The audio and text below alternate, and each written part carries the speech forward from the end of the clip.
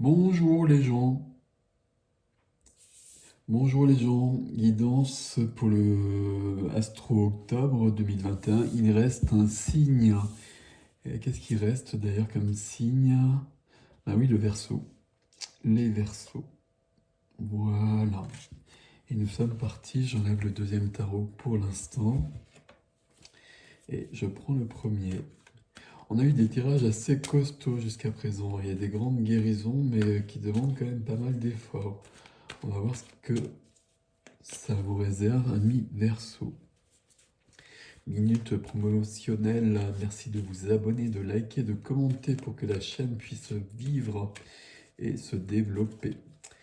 Et si vous souhaitez voir ce que je propose, vous pouvez regarder sur mon site ericgestin.com, tout attaché. Verseau. Alors Verseau, qu'est-ce qui se passe ? Alors, vous avez en dos de deck le 10 de coupe, qui est quand même ma carte préférée. Donc souvent, elle est plus lumineuse que ça encore. C'est la carte de l'épanouissement total, du bonheur en famille. Donc vous avez les parents, vous avez les enfants. Normalement, vous avez le labrador. Là, il n'y a pas, mais bon. Ok, on va voir. Est-ce que c'est ce qui est prévu ou est-ce que c'est un défi ?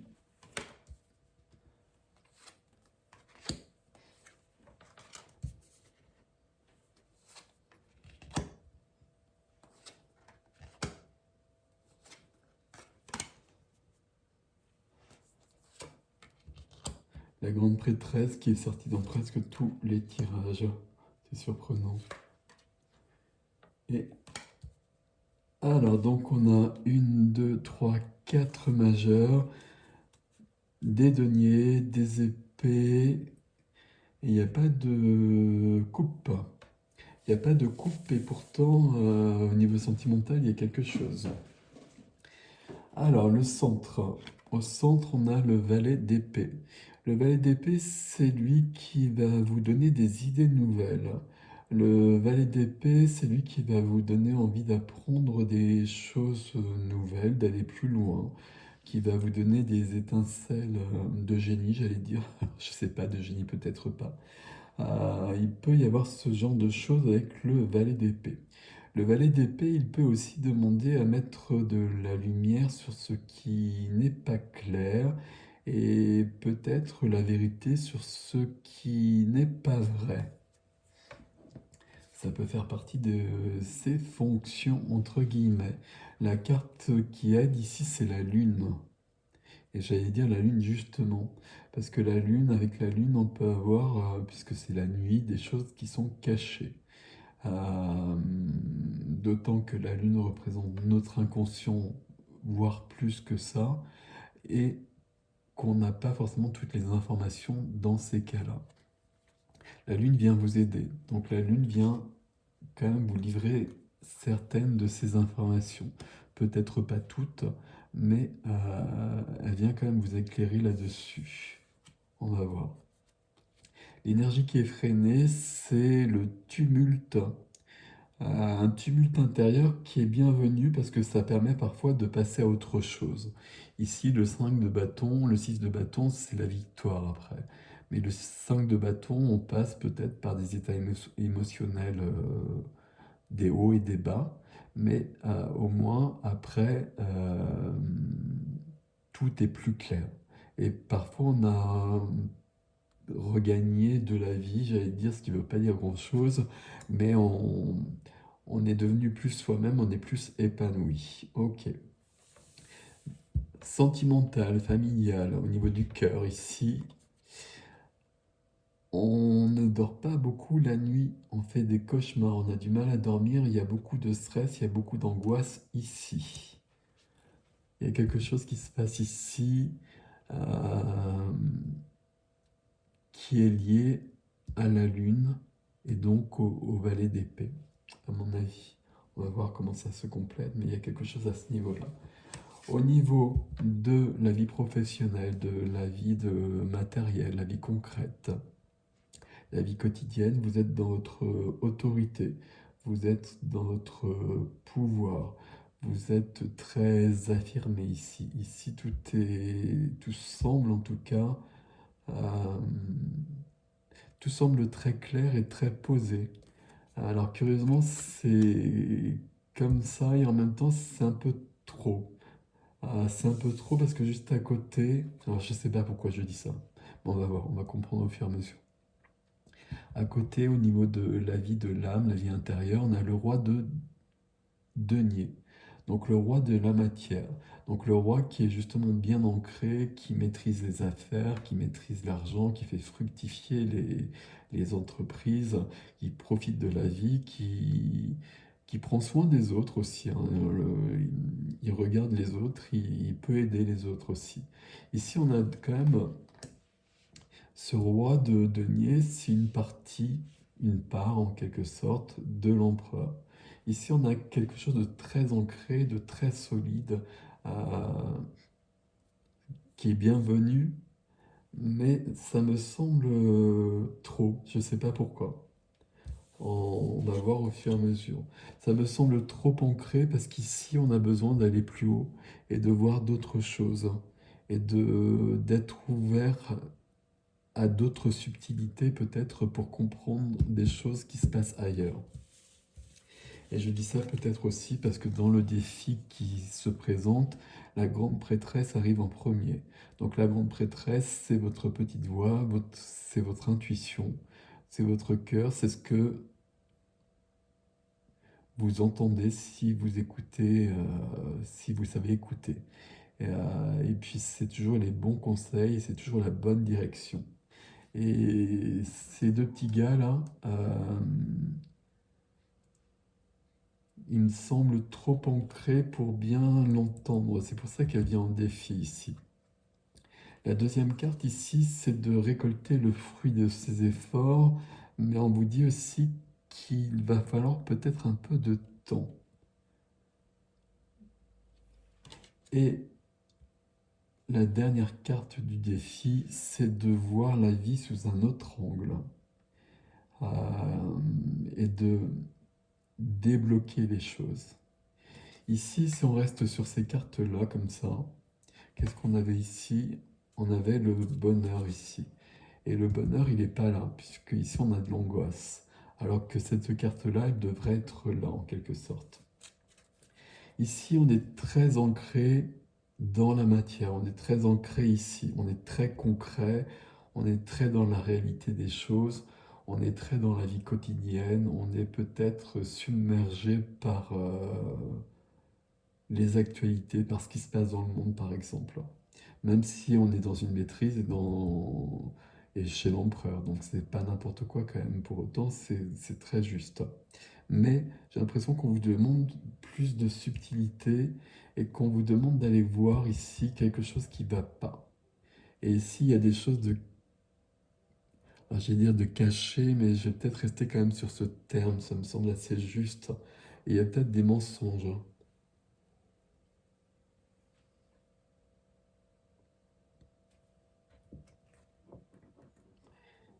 Ici, il y a une situation bloquante, hein. Il y a des croyances limitantes. Il y a des croyances limitantes. Ici, c'est comme si le 2 d'épée rejoint le pendu ici. C'est ces deux gaillards-là qui sont trop solides. Et vous avez besoin de vous envoler un petit peu. Alors c'est mal dit, je vais le dire autrement. Vous avez un ancrage ici qui est très très puissant et qui est puissant d'une manière surprenante pratiquement. Et qui vous empêche de voir certaines choses en fait. Alors c'est une bonne chose parce que souvent c'est le contraire chez les personnes. Qu'est-ce qui vient ici? Le 8 d'épée, le blocage aussi. Le blocage mais l'auto-sabotage. Là on vous demande de vous ouvrir à d'autres choses je crois. Et de ne pas vous cacher une certaine réalité peut-être aussi. Bon, on va plutôt prendre d'autres cartes pour aller plus loin. Amis Verseau. Alors, vous avez l'impératrice qui est là. Donc, on a l'empereur et voici l'impératrice. L'impératrice, c'est la vie. L'impératrice, c'est la sensualité, la sexualité, c'est la créativité, c'est la paternité, c'est la maternité, c'est le pouvoir, c'est plus que la vie. Euh, Il y a un contraste très fort. À la fois, ça se complète ici, et en même temps, il y a un contraste ici. Ici, on est dans du concret, dans de l'action. Ici, on est dans de la réception. Donc, il y a ce couple ici, comme ça, entre la grande prêtresse et l'impératrice. Mais ici, on est dans de la sensibilité juste, et qui permet de créer la vie, et qui permet de vivre aussi, surtout. Et derrière, on a l'enfance. On a l'enfance et l'innocence. Et derrière, alors je ne vais pas toutes les faire hein, quand même, mais derrière, on a le magicien qui peut transformer le plan en or et qui peut tout faire. D'ailleurs, elle est très jolie cette carte. Hein. Ok, bon, on va prendre les cartes quand même normalement.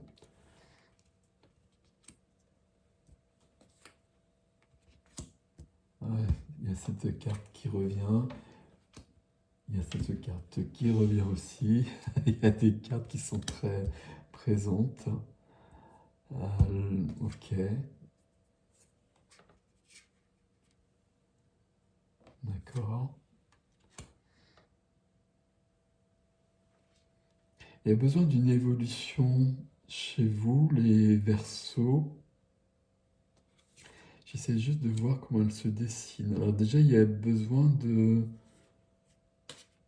peut-être de temps.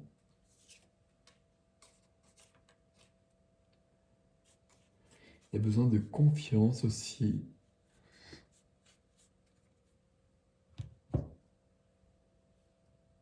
Il y a besoin de temps, oui, ça c'est sûr. On a plusieurs cartes qui parlent de temps. On a le 7 de denier qui revient ici. On a la tempérance qui tempère les choses. Donc il va falloir... c'est comme si on vous demandait une évolution, mais on vous laissait le temps de le faire. Et de vous ouvrir à d'autres choses, de voir la vie sous un autre angle. Au milieu, donc, le valet d'épée, et qui est secondé, le valet d'épée qui vous donne de nouvelles idées. Et qui vous permet peut-être de voir la vie sous un autre angle aussi, et peut-être de voir certaines vérités. Et la force qui vient, la force, c'est la force de vie, c'est la force de l'impératrice, quelque part aussi, on peut le dire comme ça. C'est la force, pardon pour le bruit, euh, de tempérer, de concilier les contraires en soi. Ici, normalement, c'est une jeune fille avec un lion. Ici, on a un taureau. Il faut penser que le taureau, il est plutôt intérieur et qu'il y a deux forces qui s'opposent et qu'on les concilie à l'intérieur de soi et que le fait de les apprivoiser, de les concilier, ça nous donne une grande puissance et un grand équilibre et un grand épanouissement en fait. Il y a quelque chose de cet ordre-là ici. À côté, par contre, à côté, donc, on a la Lune. Hein. Et la Lune, comme je le disais, il y a peut-être des choses de cachées. Et puis, on vous demande d'aller voir plus loin, on vous demande d'aller voir plus haut, on vous demande d'aller voir dans des coins plus sombres. Et peut-être qu'on vous demande d'aller voir des choses qui sont peut-être cachées. Et ce qui peut être caché, on a le 7 d'épée. Le 7 d'épée, c'est la carte de la trahison. Je vais quand même le dire comme ça, je suis trahi ou j'ai été trahi. C'est une carte où on peut essayer de se dérober aussi. Euh, sur cette image, alors c'est pas toujours l'image du 7 d'épée, mais bon, vous voyez la trahison, c'est la trahison sentimentale, la trahison amoureuse, et qui est, comment dire, violente. Enfin, qui peut être perçue d'une manière violente en tout cas. Ici, ça vient vous aider. Donc, il peut y avoir cette notion.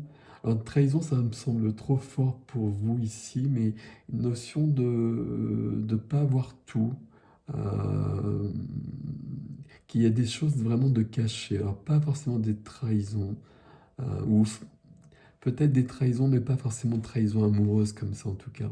Enfin, je ne le sens pas comme ça pour vous, mais peut-être des choses qui sont pas claires. Et là, on vous demande d'aller les voir et dans les cartes qui sont freinées, on vous demande d'accepter d'être chahuté et d'accepter les conflits.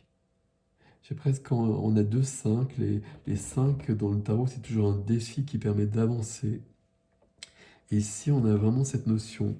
Et ici, il y a presque un conflit intérieur dans un premier temps et qui peut se transformer en conflit extérieur pour régler des choses. Et peut-être qu'il y a quelque chose quand même pour le coup à régler avec quelqu'un de votre entourage. On va voir. On va voir au fur et à mesure.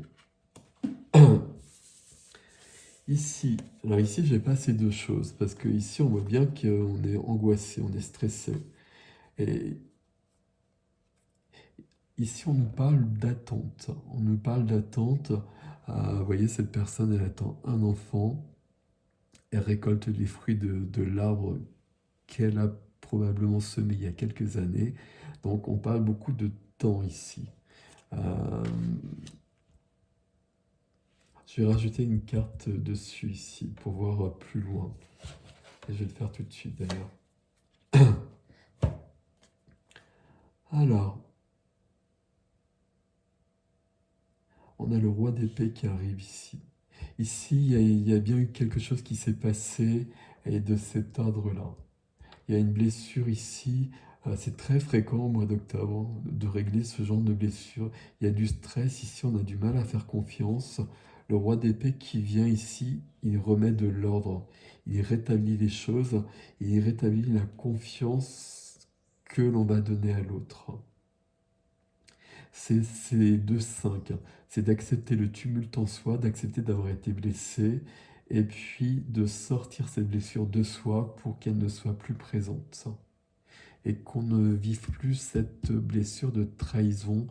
Euh, Trahison, c'est un terme trop fort, mais il y a une notion de mensonge quelque part. Et avec peut-être un mensonge ancien, mais avec la peur continuelle que ça se reproduise.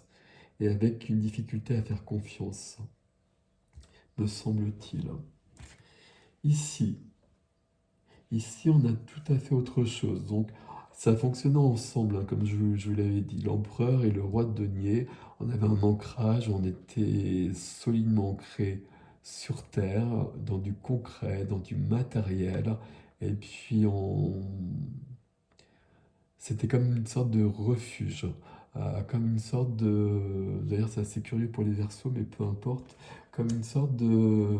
Quoique, non, c'est pas si... Non, c'est assez logique en même temps pour les Verseaux, pardon. Mais peu importe. Comme une sorte de refuge, comme une sorte de protection. Et c'est une grande chance d'avoir ces énergies-là. Mais il ne faut pas que ça vous empêche d'aller plus haut. Il ne faut pas que ça vous empêche de vivre davantage. La tempérance qui arrive ici, elle parle de temps, elle parle de concilier les choses, justement, de concilier la terre et le ciel, de concilier la terre et l'eau, le concret et l'émotionnel, de concilier un peu tout ça. Et la tempérance, elle demande du temps. Elle demande un temps de guérison, justement. Et ce qui vient sur le roi de denier dans votre vie intérieure, dans la vie de l'âme, ben justement, c'est l'as de denier, qui est très joli ici. L'as de denier qui propose, il est vraiment très beau, qui propose des nouvelles opportunités. C'est comme si votre âme demandait un nouveau chapitre dans votre vie, plus équilibré, avec plus d'ouverture vers d'autres avec une plus grande confiance, déjà, ça c'est clair, et puis une plus grande ouverture vers des choses peut-être plus subtiles, moins matérielles, moins concrètes, je ne sais pas quel terme employer, plus ésotériques en fait, et de voir la vie sous un autre angle en fait. Quand on regarde le défi qui vient compléter tout ça, alors qu'est-ce qu'on a ici?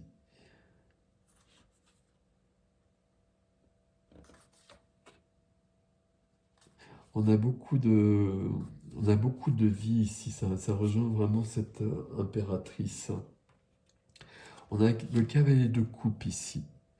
Il y a quelque chose au niveau sentimental. Ici, il y a une blessure. Alors, quelle que soit votre situation, un couple, célibataire, etc., il y a quand même une blessure. Et le défi, c'est d'accepter de laisser venir quelqu'un peut-être, ou d'accepter de dire ou d'entendre, euh, j'ai presque envie de dire des mots d'amour simplement, d'être dans une notion de sensibilité. Ici, voilà, c'est ça que je cherchais depuis le départ. Ici, les questions, il y a un ancrage très fort, mais on vous demande de vous réouvrir à votre sensibilité, qui a été blessée visiblement. euh, J'arrive plus à parler, pardon, je vais boire un petit peu.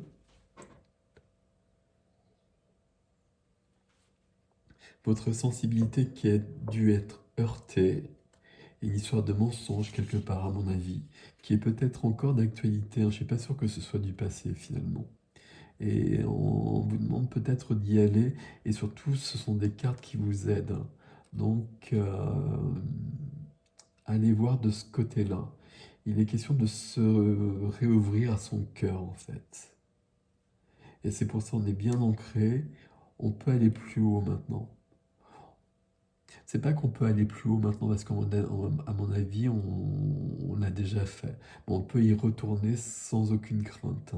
Il n'y a plus de blessures. Ou s'il y a encore des blessures, mais on va les régler justement. La deuxième carte, c'est la...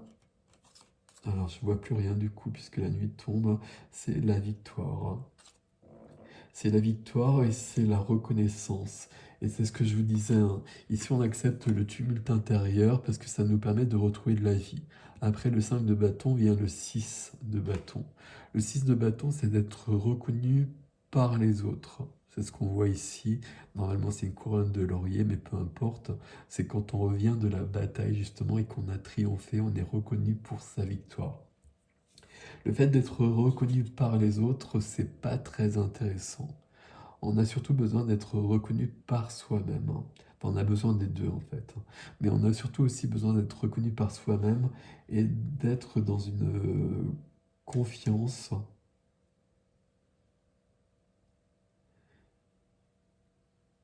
et d'être ouvert au monde en fait. Et la notion de confiance, elle arrive juste après avec la reine de bâton. La reine de bâton ici, elle vous demande qu'est-ce qui vous fait vibrer, euh, qu'est-ce qui fait chavirer votre vie? Je ne sais pas comment l'exprimer.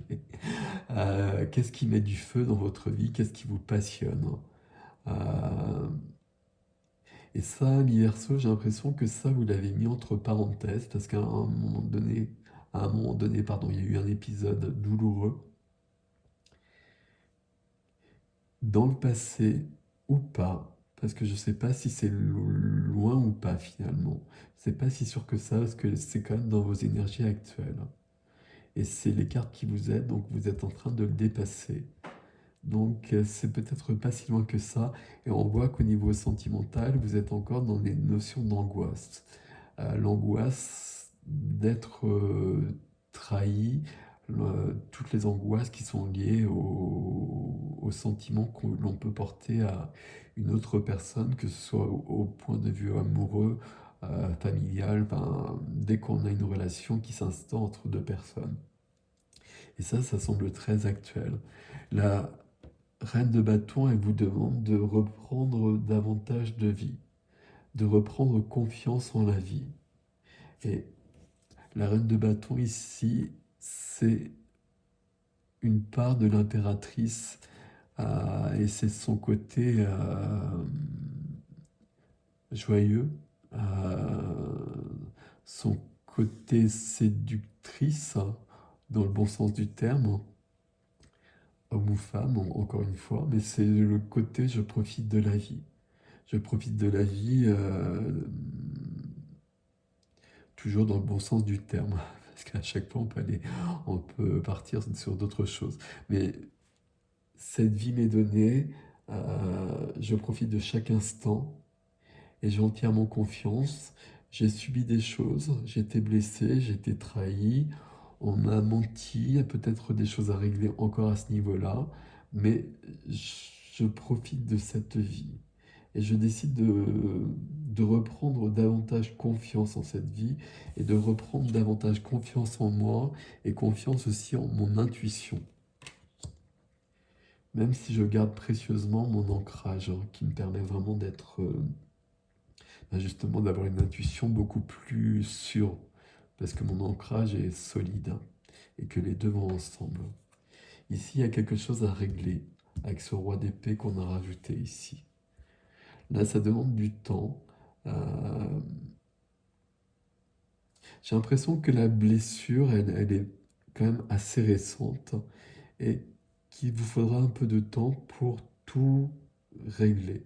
Mais là, on vous demande de vous réouvrir à nouveau et de dépasser surtout cette carte-là, parce que finalement, c'est la seule qui nous embête vraiment dans votre tirage. Enfin, c'est pas la seule, quand même. On a quand même le pendu ici, donc on a bien quand même besoin de voir la vie sous un autre angle, et on a quand même 2-5 ici. Mais ici, c'est une carte vraiment de stress. Euh,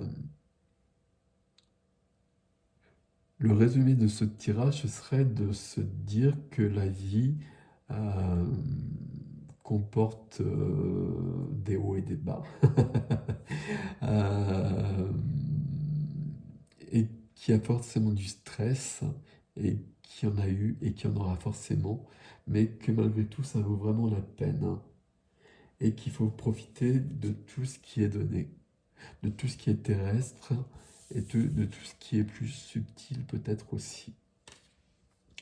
Reprenez confiance et vivez pleinement. Amis Verseau, prenez soin de vous. À bientôt.